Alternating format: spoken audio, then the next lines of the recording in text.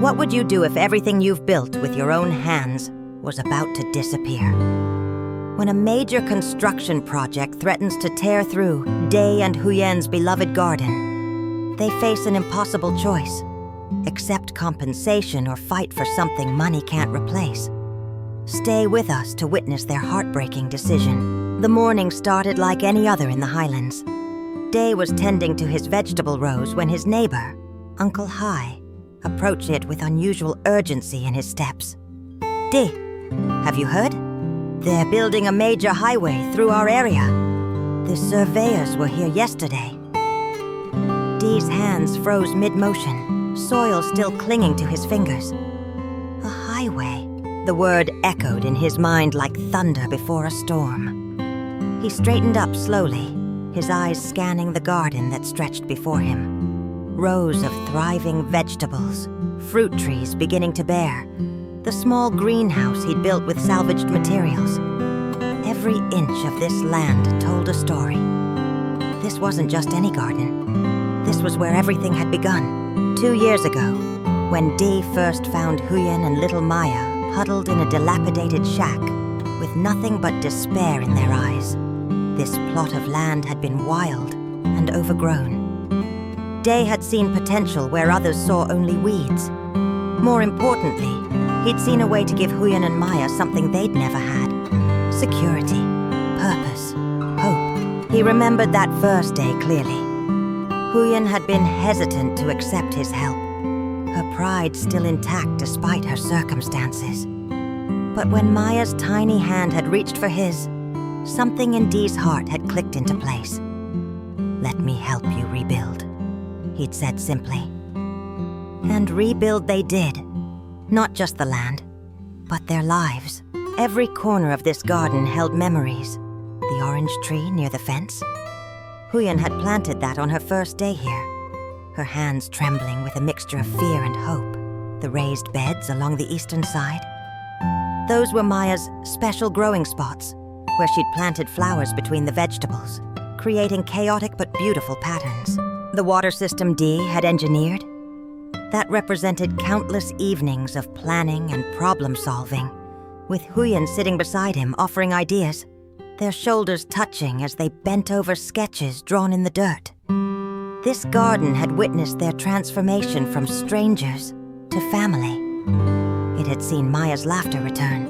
It had absorbed Huyen's tears of gratitude during their first abundant harvest. It had been the silent witness to the moment Ly and Huyen first held hands, standing among the tomato plants at sunset. That evening, Ly and Huyen walked the boundaries of their property together. He carried a worn map the village chief had distributed, trying to match the proposed route to their actual land.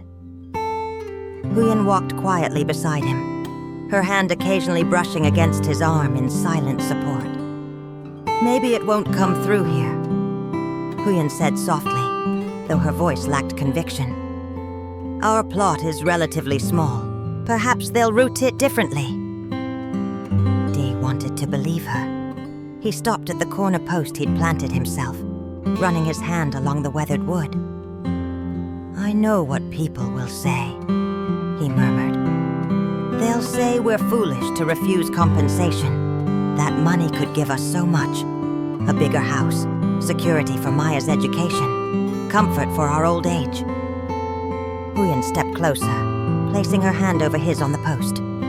"But this garden means more than that, doesn't it?" Ly nodded, unable to speak for a moment. How could he explain that this land represented every dream he'd ever had of building something meaningful? That it was proof he could provide for his family, not through luck or inheritance, but through honest work and dedication? That losing it would feel like losing a piece of his soul? "I've lost so much already," Ly finally said, his voice rough with emotion. "Tui left because I couldn't give her wealth. But here, with you and Maya, I've built something real. Something that matters. I don't want to lose that." Huyen leaned her head against his shoulder as they stood in the fading light, surrounded by the fruits of their labor. Neither spoke of the fear they both felt, that tomorrow might bring news that would change everything they'd worked so hard to create. The community center buzzed with excited chatter 3 days later. Nearly every household had sent representatives to the meeting about the highway project. Day and Huyen arrived early, finding seats near the middle, where they could observe everyone's reactions. The project representative, a well-dressed man from the provincial capital, stood at the front with colorful maps and charts. His presentation was polished and enthusiastic. "This highway will transform your region," he announced with a sweeping gesture. "Travel time to the city will be cut in half. Tourism will increase. Property values will rise. And for those whose land is acquired, the compensation packages are extremely generous, far above market rate." A murmur of approval rippled through the crowd. Day watched as his neighbors' faces lit up with possibility. Uncle Hai leaned over to his wife, whispering calculations. Mrs. Lan, who owned the land next to theirs, was already smiling broadly. When the floor opened for questions, most people asked about compensation amounts, payment timelines, and relocation assistance. The mood was celebratory, almost festive. Day felt increasingly isolated as he listened to the excitement around him. Finally, he stood.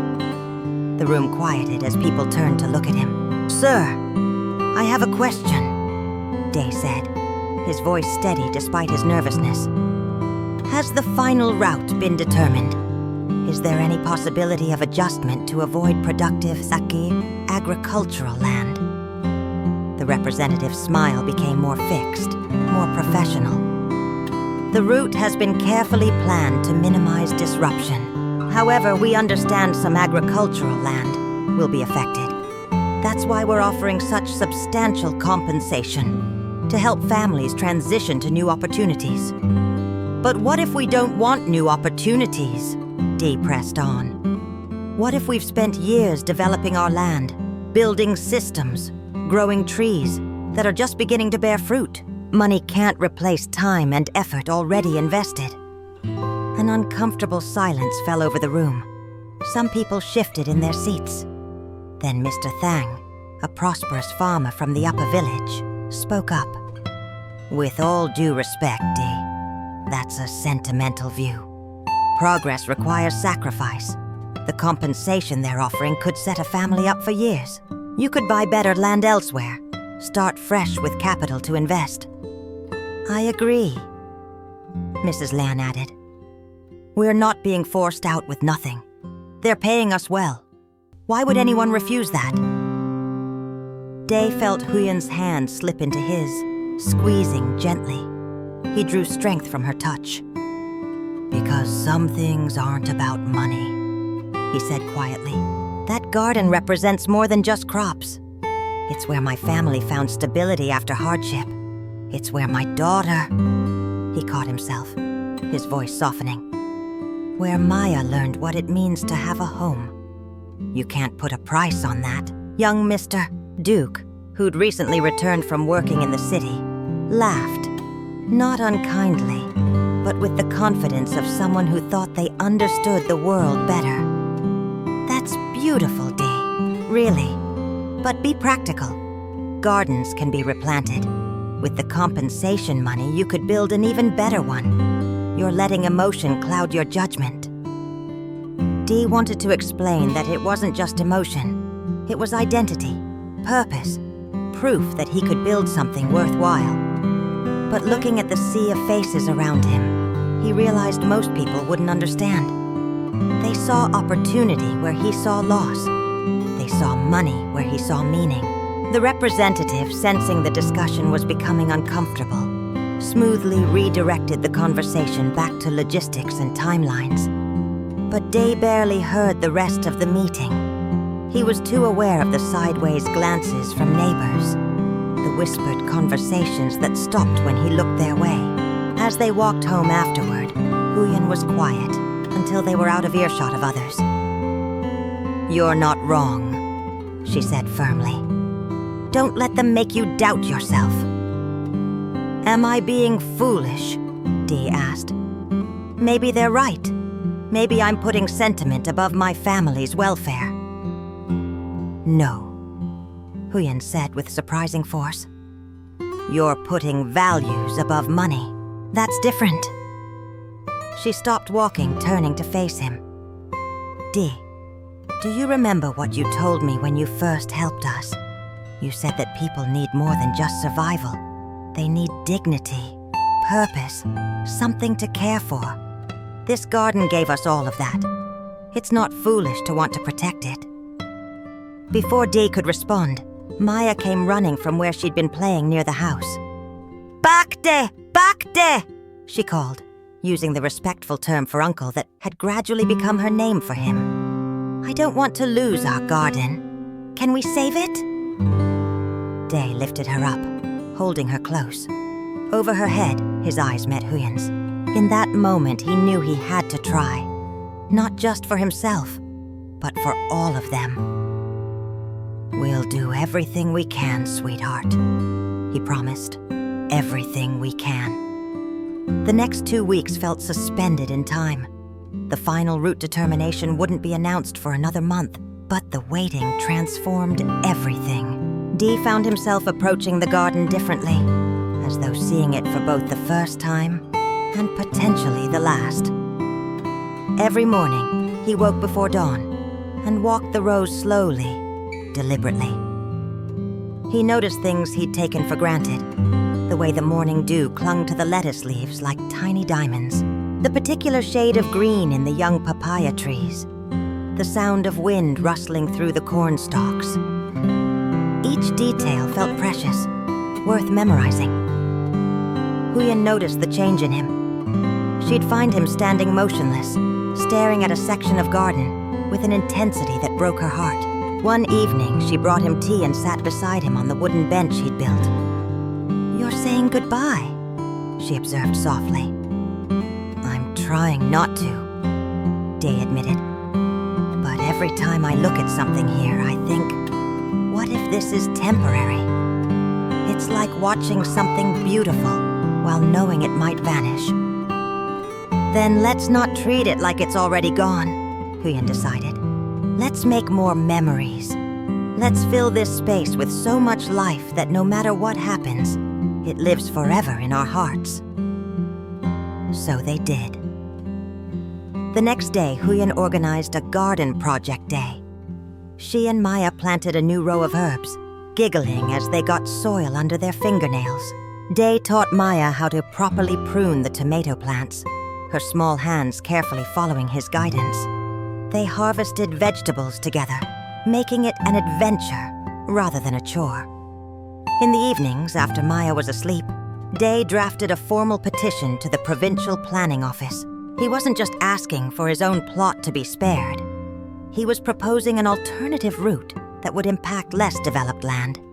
He included hand-drawn maps, carefully researched data about soil productivity, and photographs showing the agricultural systems that would be destroyed. It's probably pointless, he said to Huyen as he worked. One small farmer against a major infrastructure project.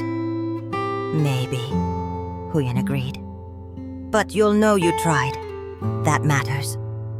To Dee's surprise, when he mentioned the petition at the local market, several other farmers expressed interest.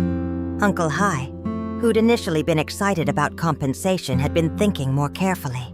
My father planted those fruit trees 40 years ago, he said. Maybe some things are worth fighting for. By the end of the week, Day had gathered signatures from 15 households who preferred route adjustment over compensation. It wasn't a majority, but it was something. Proof that he wasn't alone in valuing heritage over easy money. The night before the route announcement, Day and Huyen sat in the garden under a brilliant canopy of stars. Maya was asleep in the house, her soft breathing visible through the open window. The air smelled of jasmine and fresh earth. I've been thinking, Day said slowly, about what happens if we lose this place. Huyen tensed beside him, but he continued, if they take this garden, we'll be sad. Maybe for a long time. But you know what they can't take? He He turned to face her. They can't take what we've learned here. They can't take the fact that we rebuilt our lives from nothing. They can't take our family, or our determination, or our ability to create beauty, even in difficult circumstances. He gestured to the darkened garden around them. This place changed us. It made Maya confident and happy. It gave you back your strength. It taught me that I could be the man I always wanted to be. Someone who builds, rather than just survives. Even if they bulldoze every plant here, those changes stay with us. Huyen leaned against him, tears sliding silently down her cheeks. When did you become so wise? I'm not wise, Dee said with a slight laugh. I'm terrified, but I'm also grateful. Whatever happens tomorrow, we've had this. We've had each other and this place and this time. That's more than I ever dreamed possible. They sat in silence, holding hands, surrounded by the rustling whispers of the garden they'd created together. A garden that had already given them more than any compensation could measure. Some stories are about winning and losing, but the truest stories are about what we value, what we're willing to fight for, and what remains when everything else is stripped away. Day and Huyen's garden represents something universal, the human need to build, to create meaning, to leave our mark on the world in ways that transcend monetary value. Whether their petition succeeds or not, they've already won something important. They've proven that family isn't just about blood. It's about who shows up, who builds alongside you, who stands with you when everything you've created faces destruction. They've learned that true wealth isn't measured in compensation payments, but in the richness of shared purpose and love. In our chase for progress and prosperity, we sometimes forget that the things built slowly, carefully, with love and dedication, hold value beyond calculation. Dee's garden is more than vegetables and fruit trees. It's a testament to resilience, second chances, and the enduring power of hope. Thank you for joining us on Life Single today. If this story touched your heart, please like, subscribe, and share your thoughts in the comments. What would you choose? Compensation or something money can't buy? We'd love to hear from you.